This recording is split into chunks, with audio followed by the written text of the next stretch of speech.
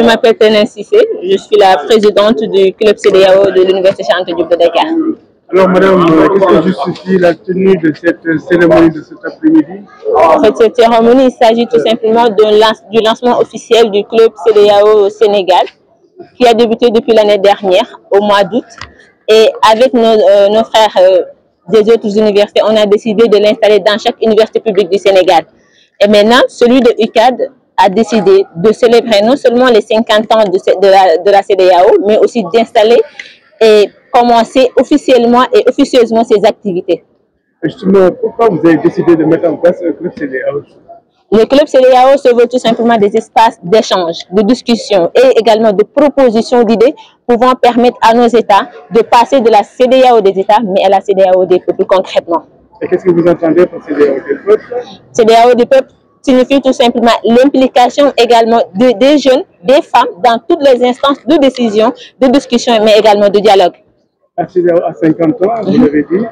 À 50 ans, est-ce que vous pouvez nous faire un tout petit peu le bilan général de la structure? Faire le bilan du CEDEAO de façon générale va être un peu, disons, pas facile, d'autant plus que notre région est confrontée à différentes crises. Beaucoup de crises d'ailleurs économiques et sécuritaires.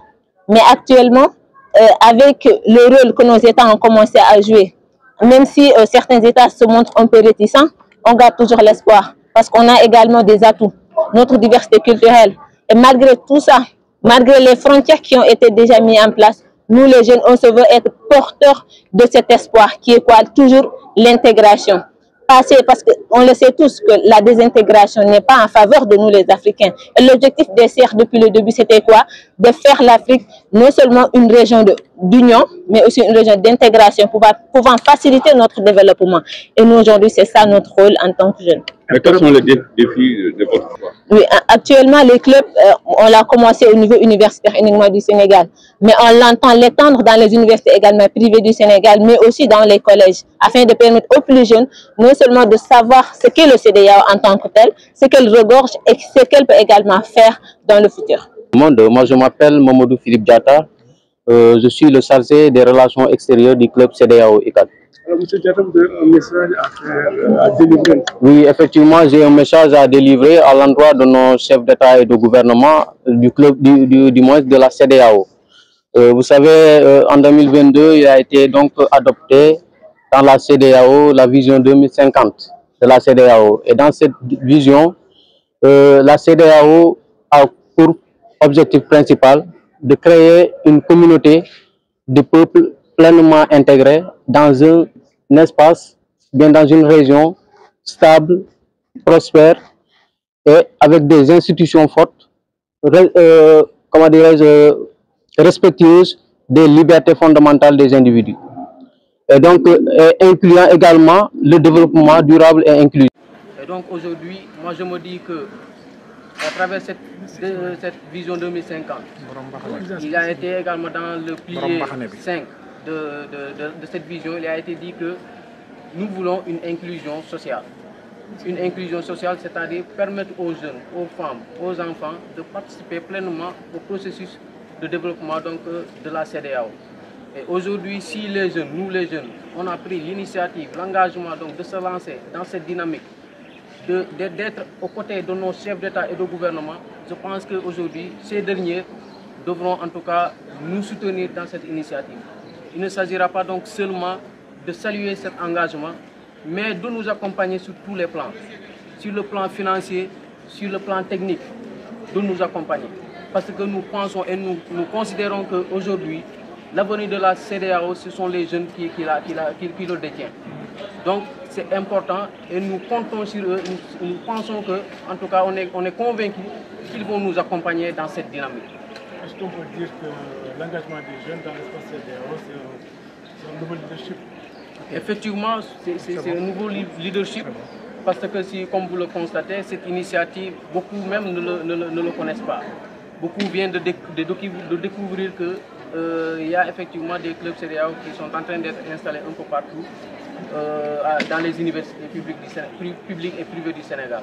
Et cette initiative a été donc saluée par beaucoup d'étudiants Aujourd'hui, comme vous l'avez constaté, beaucoup d'étudiants sont venus aujourd'hui assister donc à cette cérémonie de lancement officiel du club. C'est parce que justement, ils sont convaincus que ce club-là peut-être va jouer le rôle qu'il faut pour pouvoir peut-être hausser très haut donc, la vision 2050 qui est de passer de la CEDEAO des États à la CEDEAO des peuples. Donc les clubs vont essayer de réussir là où les chefs d'État ont échoué. Bon, nous le pensons réellement et je pense qu'à travers le travail que nous menons, parce que ce n'est pas uniquement un travail qui va rester au niveau national, mais c'est un travail qui va être répandu un peu partout dans la sous-région. Et je pense que cette dynamique-là, si les chefs d'État nous accompagnent, le changement dont ils veulent dans la CEDEAO, ils peuvent également l'obtenir. On est conscient et on est confiant que cette vision-là va se réaliser avec l'accompagnement bien sûr de la jeunesse. En tant qu'Africain, oui, parce que déjà, tous les grands pays sont grands parce que intégrés. Vous allez aux États-Unis, c'est 52 pays. Donc 52 États qui sont réunis pour être aux États-Unis. Vous allez en Europe, on parle de l'Union européenne. Dans tous les espaces, parce que les gens veulent être forts. Forts parce que chaque pays a une force dans un domaine. Chaque pays n'est pas fort dans tous les secteurs. Donc, pour être fort, il faut être ensemble. Et c'est ce qui manque pour nous.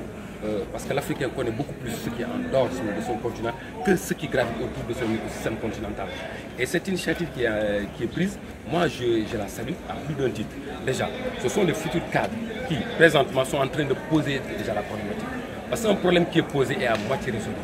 Il pose le problème de l'intégration. Maintenant, poser un instrument est un élément qui est fondamental, mais l'animer en est une autre dimension aussi essentielle. Mais animer suppose quoi? Suppose toute une expertise de management. Donc, je l'ai dit, vous avez posé un instrument, allez-y vous faire former en management des initiatives. Et dans l'effectivité aussi, il arrive des fois aussi qu'il y ait des problèmes. Des problèmes, parce qu'il en existe lorsqu'il y a des gens qui sont ensemble. Mais il faut vous dire que il faut conjuguer beaucoup plus de solutions qu'autres, n'est-ce pas? Et aussi essayer de, comme je l'avais dit tantôt, au niveau de chaque faculté, créer, si vous voulez, une entité, club CEDEAO, et faire la fêtière. Et s'il est possible, d'ici 2026, de faire des assises des clubs universitaires de la CEDEAO. Et aussi, éventuellement, de créer une télévision panafricaine, plutôt CEDEAO, qui va beaucoup plus faire en sorte que les gens se connaissent. Cette télévision qui va être animée par les cellules de communication du ministère du Tourisme. Parce qu'il faut bien voir les Africains, il faut qu'on fasse se voir. Et en même temps aussi, les cellules de communication du ministère du Commerce. Parce qu'il faut bien faire dans l'économique, mais aussi il faut qu'on se connaisse de façon très positive. Entre Africains, on ne se voit pas de manière positive. On voit beaucoup plus de Français, je connais Paris, je connais vraiment tous les autres pays, mais notre continent, on ignore. Et pour ça, comme je l'ai dit et je le répète, il faut un instrument d'information, de communication à l'échelle de la CEDEAO pour qu'on se connaisse. Ça, c'est une chose. Un autre élément aussi, puisqu'on parle de paix et de cohésion, c'est important. Pourquoi c'est important? Il faut qu'on fasse l'intégration de nos armées. Parce qu'il n'est pas possible que des gens viennent dans notre espace en toute ignorance, comme si on ne les connaissait pas, qui nous mettent, si vous voulez, les bâtons dans les roues qu'on appelle les terroristes. Il faut que nos armées se réunissent dans la cohésion pour créer la paix. Parce que la paix se construit déjà par la préparation, si vous voulez, à la sécurité. Ça, c'est un autre élément. Maintenant, par rapport, si vous voulez, à la jeunesse et à l'entrepreneuriat, nous avons une force qui est la jeunesse. La jeunesse, elle est importante dans nos pays, mais il faut le traduire en avantage. Mais comment? Nous avons l'opportunité d'avoir des terres arables à foison, l'agriculture, nous avons les mers, la pêche, nous avons des peuples d'éleveurs, l'élevage. Donc, qu'est-ce qu'il faut faire? Nous avons le pétrole, le gaz, vraiment toutes les ressources. Comme je dis très souvent, nous sommes un continent riche à population pauvre.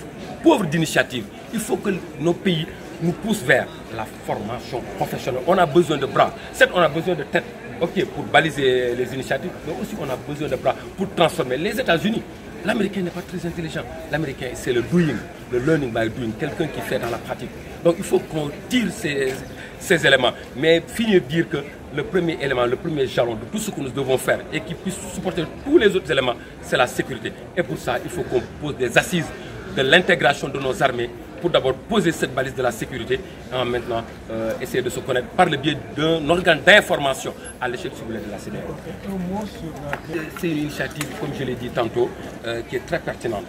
Mais comme l'initiative, comme je l'ai dit, poser une chose est une chose, mais savoir bien piloter en est une autre. Parce que les étudiants aussi sont sur plusieurs fronts, aussi bien académiques, aussi en même temps aussi par rapport à cet instrument. Donc il faut que aussi l'université leur aide en termes de bourse et aussi il faut aussi qu'ils s'approchent des entreprises, des ONG, des laboratoires de réflexion comme le CREDA pour les appuyer en termes de bourse, pour leur donner de l'argent pour qu'ils puissent, si vous voulez, mieux piloter. Parce qu'on ne pilote pas seulement avec des idées, mais il faut aussi des moyens. Tomorrow is now. Moi je dis très souvent, il ne faut pas trop projeter. Parce que la projection est un élément. Mais en tout temps, s'il y a, si vous voulez, des éléments au niveau de la sous-région qui changent l'écosystème, mais cette vision va être fausse. Moi, je crois que tomorrow is now. Tout se construit à partir d'aujourd'hui. En essayant d'avoir un regard maintenant prospectif sur 2050. Mais chaque fois, il faut se dire que tout se construit déjà, dès à présent. En faisant, si vous voulez, une intégration entre nos peuples. D'abord, les peuples. Il faut le dire. Parce que tout ce que nous disons, les politiques sont là. Mais les politiques ne sont pas le vrai reflet des populations. Tout le monde le sait. Mais donc il faut faire une intégration des peuples. Comme je le dis et je le répète, un organe d'information et de communication qui sera piloté par nos services du tourisme, des ministères du tourisme. Pour qu'on mette, je vois le Bénin, ah j'ai envie d'y aller. Je vois la Côte d'Ivoire, j'ai envie d'y aller. D'accord. Et d'y aller et de faire, si vous voulez, des mariages entre nous pour consolider par le consanguin, si vous voulez, les liens par le peuple. La situation n'est pas parfaite. Et s'il y avait des choses à améliorer, moi je dis que le premier élément à mettre en branle, c'est l'éducation et la formation. Il faut chercher à développer une éducation et la formation des valeurs. Si les hommes sont des hommes de valeur, ce qui serait bon. D'accord. Mais il y a des gens qui sont beaucoup plus imbus de leur propre intérêt, d'accord, que de l'intérêt, si vous voulez, de leur pays. Donc il faut une grande dynamique d'éducation et de formation et de conscience citoyenne, panafricaine, si vous voulez, des peuples. Et ça commence déjà ici dans nos espaces universitaires, parce que ce sont les futurs cadres. C'est en ce moment que tout se fera. Mais rien le changement, ce n'est pas tout de suite. On pose des jalons comme on est en train de poser ici à l'université. Maintenant, c'est eux, ils vont impacter, et d'autres qui vont venir, s'ils laissent des traces, maintenant d'ici 2, 3, 10 ans, vraiment une décade, vraiment les choses peuvent changer et aller de l'avant.